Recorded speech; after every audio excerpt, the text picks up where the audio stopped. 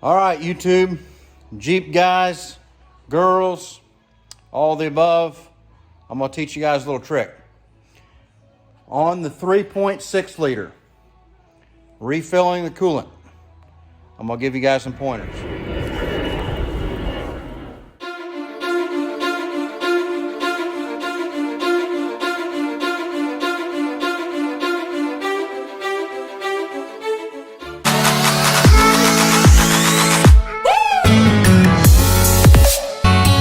On the 3.6 pin star, when you are refilling the coolant, there is only one small place, which is right there.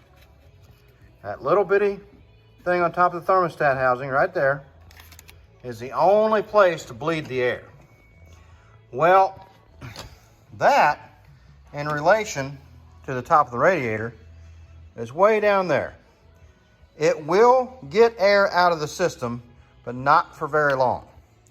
Then, everything I found on YouTube, it said to park uphill, squeeze hoses, all kinds of stuff.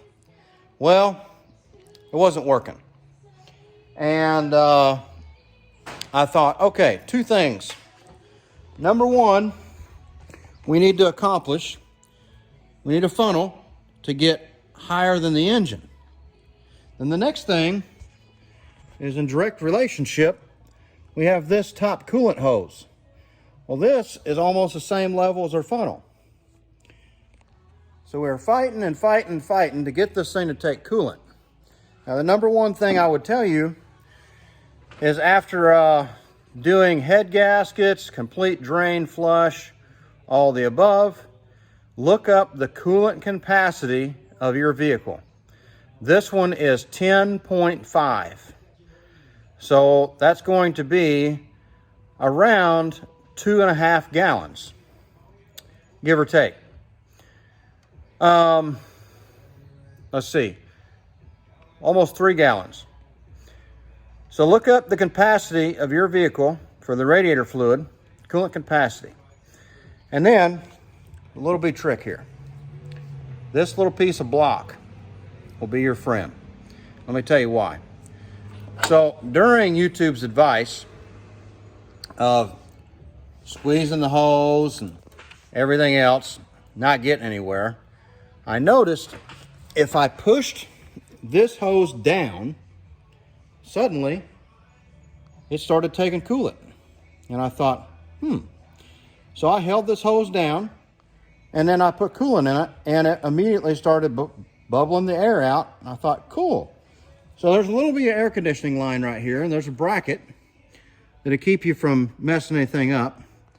So if you take this little bitty block and you push this down and lock it underneath there, just like so, and you're lowering the coolant hose.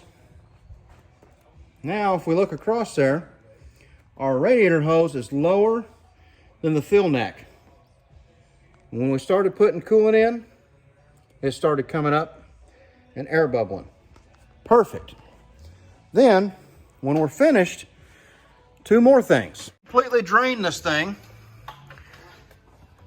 You want to make sure that you have coolant all the way to the heater hoses, all the way up by the firewall, which is right here. So when we squeeze these, we should be seeing coolant moving and no air bubbles on both of them.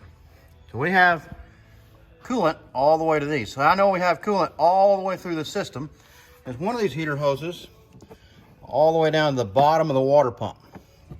The next thing, we squeeze this hose, we should see this moving. We still got a couple air bubbles. But for the most part, we're moving coolant and no bubbles, or hardly any. So when I push this hose down, I immediately started getting bubbles out of there repeatedly. So I would fill my funnel and it would sit for a couple minutes and never go down.